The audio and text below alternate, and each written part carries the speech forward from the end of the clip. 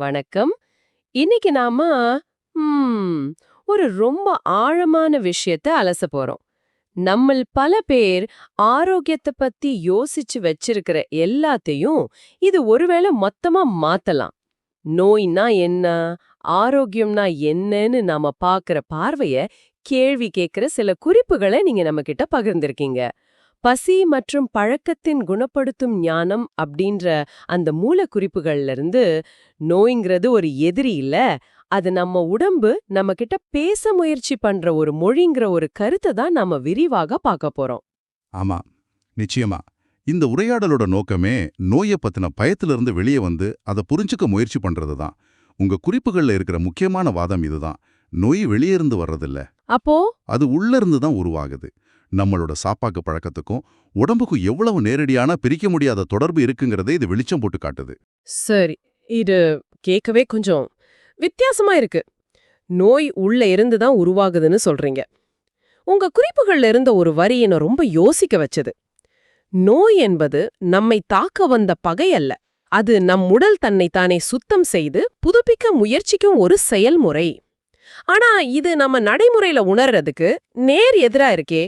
காய்ச்சல் வந்தா உடம்பெல்லாம் வலிக்குது, சளி பிடிச்சா மூச்சு விட முடியல. இது எப்படி ஒரு நல்ல விஷயமா, ஒரு சுத்தப்படுத்தும் செயல்முறையா பார்க்க முடியும்? நல்ல கேள்வி. ஏன்னா நாம அறிகுறிகளை வச்சுதான் நோயை மதிப்பிடுறோம். ஆமா. ஆனா அந்த அறிகுறிகள் ஏன் வருதுன்னு யோசிச்சு பாருங்க. உங்க குறிப்புகள்ல பழைய காலத்து நம்பிக்கைகளை பத்தி ஒரு குறிப்பு இருக்கு. அப்போ நோய சாபம், தெய்வ குத்தம், கெட்ட சக்தின்னு பார்த்தாங்க. ம் இன்னைக்கு நாம அறிவியல் ரீதியா யோசிக்கிறோம்னு சொல்லிக்கிறோம். ஆனா இன்னமும் நோய வெளியிருந்து வர்ற ஒரு எதிரியா, ஒரு வைரஸ், ஒரு பாக்டீரியான்னு தான் பார்க்கறோம். ஆனா இந்த பார்வை என்ன சொல்லுதுன்னா, அந்த வைரஸ் பாக்டீரியா வேலை செய்யணும்னா நம்ம உடம்புக்குள்ள அதுக்கு சாதகமான ஒரு சூழல் இருக்கணும்.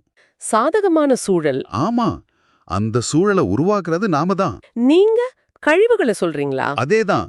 நம்ம உடம்ப ஒரு சமையலறை சிங்க் மாதிரி கற்பனை பண்ணிக்கங்க. ஓகே. நீங்க பாத்திரத்தை கழுவிக்கிட்டே இருக்கீங்க, ஆனா அந்த அழுக்கு தண்ணி போற குழாயில கொஞ்சம் கொஞ்சமா குப்பை சேர்ந்து அடைச்சிக்குது. சரி. ஒரு கட்டத்துல தண்ணி வெளியே போகாம சிங்க் நிறைய ஆரம்பிக்கும். நோய்ங்கிறது நம்ம உடம்பு அந்த அடைப்பை சரி பண்ண ஓங்கி அடிக்கிற ஒரு பிளங்கர் மாதிரி. வாவ். அது ஒரு தீவிரமான, கொஞ்சம் கஷ்டமான, ஆனா ரொம்ப அவசியமான ஒரு செயல். நாம என்ன பண்றோம்? அந்த அடைப்பை சரி பண்ணாம சிங்க்ல தேங்குற தண்ணியை மட்டும் ஒரு கப்ல அள்ளி வெளியே ஊத்துறோம். அதாவது அறிகுறிகளுக்கு மட்டும் மருந்து சாப்பிடுறோம். சரியா சொன்னீங்க. இந்த சிங்க் உதாரணம் ரொம்ப தெளிவா புரிய வைக்குது. அப்போ காய்ச்சல்ங்கிறது உடம்பு அந்த பிளங்கரை வச்சு அடைப்பை சரி பண்ற செயலாம். அதாவது உடம்போட வெப்பநிலைய அதிகமாக்கி உள்ள இருக்கிற கிருமிகளை அழிக்கிற ஒரு பாதுகாப்பு நடவடிக்கையா? அதுதான் மைய கருத்து. நம்ம உடம்பு ஒருபோதும் அதுக்கு எதிரா வேலை செய்யாது. அது எப்பவும் சமநிலையை நோக்கி தான் இயங்கும். உள்ள கழிவுகள் சேரும்போது அந்த சமநிலை குலையுது. அதை சரி பண்ண உடம்பெடுக்கிற தீவிர நடவடிக்கைகள் தான் காய்ச்சல், சளி, வாந்தி, பேதின்னு நாம நோயின்னு சொல்ற அறிகுறிகளை வெளிப்படுது. ஆனா நாம என்ன பண்றோம்? வாந்தி வந்தா உடனே அதை நிறுத்த மாத்திரை போடுறோம். உடம்போட இயற்கையான குணப்படுத்தும் சக்திக்கு நாமே தடை போடுறோம். இது ரொம்ப ஆழமான சிந்தனை. சரி, அப்போ இந்த கழிவுகளுக்கு மூல காரணம் என்ன? எப்படி இந்த அடைப்பு உருவாகுது? உங்க ஆதாரம் இதுக்கு நேரடியா நம்ம சாப்பாட்டு மேல பழிய போடுது. ஆமா, அதுவும் எந்த வகை சாப்பாடா இருந்தாலும் அது உடம்புக்கு தேவையில்லாததா, அதிகப்படியானதா, இல்ல தவறான நேரத்துல எடுத்துக்கிட்டா அதுவே நோயை உருவாக்கும்னு சொல்லுது. இதுதான் ஜீரணிக்க கொஞ்சம் கஷ்டமா இருக்கு. நாம ஆரோக்கியமா இருக்கத்தானே சாப்பிடுறோம். ஆமா. ஆனா உண்மையிலே நாம பசிக்காகவா சாப்பிடுறோம்? உங்க குறிப்புகள்ல இருக்கிற அந்த சமூக ஒப்பீடு ரொம்ப சுவாரஸ்யமானது. ஒரு காலத்துல பணக்காரங்க மட்டும்தான் வகை வகையா வயிறு முட்டை சாப்பிடுவாங்க. ம் அதனால மூட்டு வலி, சர்க்கரை நோய் மாதிரியான நோய்களை பணக்காரங்க வியாதின்னு கூட சொன்னாங்க. ஏழைகள் குறைவா சாப்பிட்டாங்க, உடம்பு உழைப்பும் அதிகமா இருந்துச்சு. அதனால அவங்க ஆரோக்கியமா இருந்தாங்க. ஆமா. ஆனா இன்னைக்கு நிலைமை தலைகீழ் ஆகிடுச்சு இல்லையா? தலைகீழ் என்பதை விட எல்லாருமே பணக்காரங்க மாதிரி சாப்பிட ஆரம்பிச்சிட்டோம். ஓஹோ. உங்க குறிப்பு சொல்ற மாதிரி இப்போ ஏழை பணக்காரர் வித்தியாசம் இல்லாம எல்லாருக்கும் உணவு சுலபமா கிடைக்குது. நம்ம பசிக்காக சாப்பிட்றத விட பழக்கத்துக்காக, பொழுதுபோக்குக்காக, மனசுக்கு ஆறுதலுக்காக, சுவைக்காகத்தான் அதிகமா சாப்பிட்றோம். ஸ்விக்கி, சொமேட்டோ வந்த பிறகு இது இன்னும் அதிகமாயிடுச்சு. ஆமா, உடம்பால கையாள முடியாத அளவுக்கு உணவு உள்ள போகும்போது அது முழுசா ஜீரணம் ஆகாம கழிவுகளா உடம்புல தேங்க ஆரம்பிக்குது. அப்போ நான் வாங்குற அந்த விலை உயர்ந்த ஆர்கானிக், குளூட்டன் ஃப்ரீ உணவுகளால பெரிய பிரயோஜனம் இல்லைன்னு சொல்றீங்களா? நான் என்ன சாப்பிட்றேங்கிறத விட எவ்ளோ சாப்பிட்றேன், எப்போ சாப்பிட்றேங்கிறது தான் முக்கியமா. நிச்சயமா. இது பல பேருக்கு ஒரு பெரிய அதிர்ச்சியா இருக்கும். உண்மையான ஆரோக்கியம் எங்க இருக்குங்கிற கேள்விக்கு இதுதான் நம்மள கூட்டிட்டு போகுது. உங்க ஆதாரம் அதுக்கு சிக்கலான டயட் திட்டங்களையோ விலை உயர்ந்த சப்ளிமெண்ட்களையோ சொல்லல. ரொம்ப எளிமையான 4 கொள்கைகளை முன்வைக்குது. சரி, என்னது அது? முதல் கொள்கை, உடலை சுத்தமாக வைத்துக் கொள்வது. அதாவது உள்ள கழிவுகள் சேராமல் பார்த்துக் கொள்வது. 2வது, தேவையற்ற உணவுகளை குறைப்பது அல்லது நிறுத்துவது. இதுதான் இருக்கிறதுலயே கஷ்டமான பகுதின்னு நினைக்கிறேன். எது தேவையற்ற உணவு, எது தேவையான உணவுன்னு இந்த குழப்பமான உலகத்துல எப்படி முடிவு பண்றது? அதுக்கான வழியத்தான் 3வது கொள்கை சொல்லுது. உண்மையான பசியை மதித்துச் சாப்பிடுவது. உண்மையான பசி. ஆமா, இது கேட்க சிம்பிளா இருந்தாலும் இதுதான் எல்லாத்துக்கும் அடிப்படை. நமக்கு எப்போ உண்மையா பசிக்குது, எப்போ நாம வெறும் பழக்கத்துல இல்ல சலிப்புல சாப்பிடுறோம்னு பிரிச்சு பார்க்க கத்துக்கணும். ஒரு நிமிஷம், இது கொஞ்சம் விரிவாக பேசலாமா? உண்மையான பசியை எப்படி கண்டுபிடிக்கிறது? இப்போ பல பேர் காலையில 9 மணி ஆச்சு அதனால சாப்பிடணும், மதியம் 1 மணி ஆச்சு அதனால சாப்பிடணும்னு கடிகாரத்தை பார்த்து தான் சாப்பிடுறோம். இல்லனா மனசு கஷ்டமா இருந்தா ஸ்வீட் சாப்பிடணும்னு தோணுது. இதுல எது உண்மையான பசி? அருமையான கேள்வி. உண்மையான பசிங்கிறது உடம்புலேருந்து வர ஒரு சிக்னல். வயித்துல ஏசா ஒரு காலி உணர்வு, கொஞ்சம் கொஞ்சமா பசி அதிகமாகிறது, உடம்புல சக்தி குறையிற மாதிரி ஒரு உணர்வு, இதெல்லாம் உண்மையான பசி. அப்போ நீங்க என்ன சாப்பிட்டாலும் அது நல்ல ஜீரணமாகி உடம்புக்கு சக்தியா மாறும்.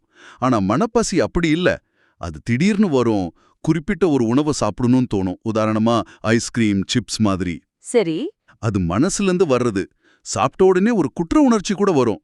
இந்த வித்தியாசத்தை நம்ம கவனிக்க ஆரம்பிச்சாலே தேவையில்லாத உணவு உள்ள போறது பாதி குறைஞ்சிடும். புரியுது. சரி, 4வது கொள்கை. உடலுக்கு போதுமான ஓய்வு கொடுப்பது. இது தூக்கத்தை மட்டும் குறிக்கல. அப்போ நம்மளோட ஜீரண உறுப்புகளுக்கும் ஓய்வு தேவை. நாம காலையிலேருந்து ராத்திரி வரைக்கும் ஏதாவது சாப்பிட்டுக்கிட்டே இருந்தா நம்ம ஜீரண மண்டலம் 24 மணி நேரமும் வேலை செஞ்சுக்கிட்டே இருக்கணும். அதுக்கு ஓய்வே கிடைக்காது. இது நாம வழக்கமா கேக்குற எல்லா அறிவுரைகளுக்கும் நேர் எதிரா இருக்கு. டிவி விளம்பரத்திலிருந்து இன்ஸ்டாகிராம் இன்ஃப்ளூயன்சர் வரைக்கும் எல்லாரும் இந்த புரோட்டீன் ஷேக்க குடிங்க, அந்த வைட்டமின் மாத்திரைய சாப்பிடுங்கன்னு எதையாவது சேர்க்கத்தான் சொல்றாங்க. ஆமா. ஆனா இந்த குறிப்புகள் சாப்பிடுறத குறைங்க, சில நேரம் நிறுத்துங்கன்னு நீக்க சொல்லுது. உங்க குறிப்புகள்ல இருந்த ஒரு வரி என்ன ரொம்ப பாதிச்சது. இந்த உணவு ஆரோக்கியம், அந்த உணவு சூப்பர்னு தேடி தேடி சாப்பிடுவதால் ஆரோக்கியம் வராது, மாறாக நோய்தான் வரும். இது ஒரு பெரிய முரண்பாடா தோணுது. ஆமா. ஏன்னா ஆரோக்கியம்ங்கிறது எதையாவது சேர்ப்பதில் இருக்குன்னு நாம நம்ப வைக்கப்பட்டிருக்கிறோம். ஆனா இந்த பார்வை ஆரோக்கியம்ங்கிறது தேவையற்றதை நீக்குவதில் இருக்குன்னு சொல்லுது. உடம்புக்கு தன்னைத்தானே சரி செஞ்சுக்கிற அபாரமான சக்தி இருக்கு. நாம செய்ய வேண்டியதெல்லாம் அதோட வேலையில குறுக்கிடாம இருக்கிறது தான். அதாவது நாம தொடர்ந்து சாப்பிட்றது மூலமா உடம்போட பெரும்பாலான சக்தியை ஜீரணத்துக்கே செலவழிக்கிறோம். குணப்படுத்துறதுக்கும் கழிவுகளை நீக்கிறதுக்கும் உடம்புக்கு ஆற்றலே கிடைக்கிறதில்ல. சரி, இப்போ ரொம்ப முக்கியமான ஒரு கட்டத்துக்கு வருவோம். நமக்கு நோய் வந்ததும் நாம என்ன பண்றோம்? நம்ம இயல்பான எதிர்வினை என்ன? ஒரு சின்ன தலைவலி வந்தா கூட உடனே ஒரு மாத்திரைய தேடுறோம். அந்த வலி ஏன் வந்துச்சுன்னு ஒரு நிமிஷம் கூட யோசிக்கிறது இல்ல. உங்க குறிப்பு சொல்ற மாதிரி பயம், உடனே ஹாஸ்பிட்டலுக்கு ஓடுறது, அடுக்கடுக்கா மருந்துகள், ஆயிரக்கணக்கில் செலவு. இது நம்ம பலரும் அனுபவிச்ச ஒரு சுழற்சி. அந்த பயம் நம்மள பகுத்தறிந்து சிந்திக்கவே விடாது. இதோட விளைவுகளையும் உங்க ஆதாரம் தெளிவா சுட்டி காட்டுது. நாம எடுக்கிற அவசர முடிவுகளால நோய் முழுசா குணமாகறது இல்லாம மருந்துகளோட பக்க விளைவுகளால உடம்பு இன்னும் மோசமாகுது. ஆமா, ஒரு நோய்க்காக எடுக்கிற மருந்து இன்னொரு பிரச்சனைய உருவாக்குது. சரியா சொன்னீங்க. இது ஒரு முடிவே இல்லாத சுழற்சி ஆயிடுது. ஆனா ஒரு நிமிஷம், இந்த பாண்டை கொஞ்சம் பயமுறுத்துற மாதிரி இல்லையா? ஒரு குழந்தைக்கு கடுமையான காய்ச்சல் இருந்தா உடம்பு தன்னைத்தானே சரி பண்ணிக்கும்னு சும்மா இருக்க சொல்றீங்களா? இது பல வருஷம் மருத்துவ ஆலோசனைகளை நிராகரிக்கிற மாதிரி இல்லையா? உடம்ப நம்புறதுக்கும் அவசர மருத்துவ உதவி தேவைப்படுறதுக்கும் நடுவுல இருக்கிற கோடி எது? இது ரொம்ப முக்கியமான நியாயமான கேள்வி. இந்த பார்வை மருத்துவத்தையே நிராகரிக்க சொல்லல. விபத்துகள், அவசர சிகிச்சைகள், தீவிரமான நோய் தொற்றுகள் மாதிரியான நேரங்கள்ல நவீன மருத்துவம் ஒரு வரம். அதை யாரும் மறுக்க முடியாது. ஆனா நாம இங்க பேசுறது வாழ்க்கை முறை சம்பந்தப்பட்ட நோய்களை பத்தி. அதாவது 90% நோய்கள். ஓஹோ. சர்க்கரை நோய், இரத்த அழுத்தம், உடல் பருமன், ஜீரண கோளாறுகள். இதுக்கெல்லாம் மூல காரணம் நம்ம பழக்க வழக்கங்கள் தான். இதுக்கு மாத்திரைகள் ஒரு தற்காலிக தீர்வு தான் கொடுக்குமே தவிர மூல காரணத்தை சரி பண்ணாது. புரியுது. அந்த எச்சரிக்கை மணி ஏன் அடிச்சுதுன்னு பார்க்காம மணியை மட்டும் ஆஃப் பண்ற மாதிரி தான் இது. அதேலாம் பொருளாதார ரீதியாகவும் இது பெரிய தாக்கத்தை ஏற்படுத்துது. உங்க குறிப்பு சொல்ற மாதிரி நம்ம வாழ்நாள் சேமிப்பு மொத்தம் மருத்துவமனைக்கு போகுது. சிலர் கடனாளியாகி மன உளைச்சலுக்கு ஆளாகிறாங்க. ஆரோக்கியத்தை இழக்கிறதோட பொருளையும் மன அமைதியையும் சேர்த்து இழக்கிறோம். இந்த எல்லா பிரச்சனைகளுக்கும் அடிப்படை காரணம் என்னன்னு உங்க குறிப்பு ஆழமா சொல்லுது. என்னது? நம் உடலை குணப்படுத்தும் ஞானத்தை நாம் அறியாததுதான். நம்ம உடம்பு மேல நமக்கு நம்பிக்கை இல்ல. அதோட மொழிய புரிஞ்சுக்க நம்ம முயற்சி பண்றதில்ல. அப்ப தீர்வு என்ன? இவ்ளோ பெரிய சிக்கலான பிரச்சனைக்கு தீர்வு ரொம்ப எளிமையா இருக்கிற மாதிரி உங்க ஆதாரம் சொல்லுது. நோயை கண்டு பயப்படாதீங்க, அது ஏன் வந்துச்சுன்னு காரணத்தை புரிஞ்சுக்கங்க, உங்க சாப்பாட்டை கேள்வி கேளுங்க, தேவையில்லாம சாப்பிட்றத நிறுத்துங்க. இது கேட்க எளிமையா இருந்தாலும் நடைமுறைப்படுத்த ஒரு பெரிய மனமாற்றம் தேவைப்படுற ஒரு செயல். ஆமா, இந்த தத்துவத்தோட சாரம் இதுதான். உடல் தன்னைத்தானே குணப்படுத்திக் கொள்ளும் ஆற்றல் வாய்ந்தது. நாம உண்ணும் உணவை ஜீரணம் செய்ய உடம்புக்கு நிறைய சக்தி தேவைப்படுது. நாம சாப்பிடறதை நிறுத்தும்போது, அதாவது உண்ணா நோன்பு இருக்கும்போது, அந்த ஜீரணத்துக்கு செலவாக வேண்டிய சக்தி மொத்தம் சேமிக்கப்படுது.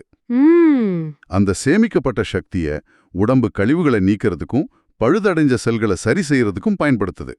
இதுக்கு பின்னாடி பெரிய அறிவியல் இருக்கு. ஜீரணத்துக்கு ஓய்வு கொடுக்கும்போது உடம்போட சக்தி குணப்படுத்துறதுக்கு திருப்பப்படுது. அவ்வளவுதான். உங்க ஆதாரத்தின் கடைசி வரிகள் ரொம்ப சக்தி வாய்ந்தவை. மனம் போன போக்கில் சாப்பிட்டு உடலின் எச்சரிக்கையை, அதாவது நோயை புறக்கணித்தால் இறுதியில் நாமே நம்மை துன்பப்படுத்திக் கொள்கிறோம். இது ஒரு சுய பரிசோதனைக்கு நம்மள அழைக்குது. நம்ம ஆரோக்கியத்துக்கு நாம தான் பொறுப்புங்கிறத இது ரொம்ப அழுத்தமா சொல்லுது. சுருக்கமா சொல்லணும்னா, இந்த அலசல் நமக்கு கத்துக் கொடுக்கறது இதுதான். நோயை ஒரு எதிரியா பார்க்காம ஒரு செய்தியா பாருங்க. ஒரு மெசேஜ் மாதிரி. ஆமா, அந்த செய்தி உங்க வாழ்க்கை முறையில, குறிப்பா உங்க உணவு பழக்கத்துல ஏதோ மாற்றம் தேவைன்னு சொல்லுது. காய்ச்சல் வந்தா உடம்பு ஓய்வு கேக்குது, உள்ள இருக்கிற கழிவுகளை எரிக்க வேலை செய்யுதுன்னு அர்த்தம். வயிற்று பிரச்சனைன்னா நீங்க சாப்பிட்ட உணவு சரியில்லை, இல்லைன்னா அதிகமா சாப்பிட்டுட்டீங்கன்னு அர்த்தம். அந்த செய்தியை புரிஞ்சுக்கிட்டு அதுக்கேற்ப செயல்பட்டா, உடம்புக்கு தேவையானதை கொடுத்தா, ஆரோக்கியங்கிறது ரொம்ப இயல்பான எளிமையான ஒரு விஷயமா இருக்கும். உங்க ஆதாரம் சொல்ற மாதிரி நோய் நரக வேதனை அல்ல, அதை புரியாமல் வாழ்வதே நரக வேதனை. இந்த உரையாடல் கண்டிப்பா உங்களுக்கு நிறைய புதிய சிந்தனைகளை தந்திருக்கும். நோய பத்தின நம்ம பார்வைய பயத்துல இருந்து புரிதலை நோக்கி நகர்த்த இது ஒரு தொடக்க புள்ளியா இருக்கும். இப்போ உங்களுக்கான ஒரு இறுதி சிந்தனை. உங்க ஆதாரம் முழுக்க முழுக்க உணவு கழிவுகளை பத்தி பேசுது. அது போலவே நம்மளோட தேவையற்ற எண்ணங்களும் மன அழுத்தங்களும் கூட நம்ம உடம்போட ஆரோக்கியத்துல ஒரு விதமான மானசீக கழிவுகளா சேர வாய்ப்பு இருக்கா? உணவிலிருந்து, உண்ணா நோன்பு இருந்து உடலை சுத்தம் பண்ற மாதிரி தேவையில்லாத கவலைகள், எதிர்மறை எண்ணங்கள்ல இருந்தும் நாம மன உண்ணா நோன்பு இருப்பது பத்தி நீங்க என்ன நினைக்கிறீங்க?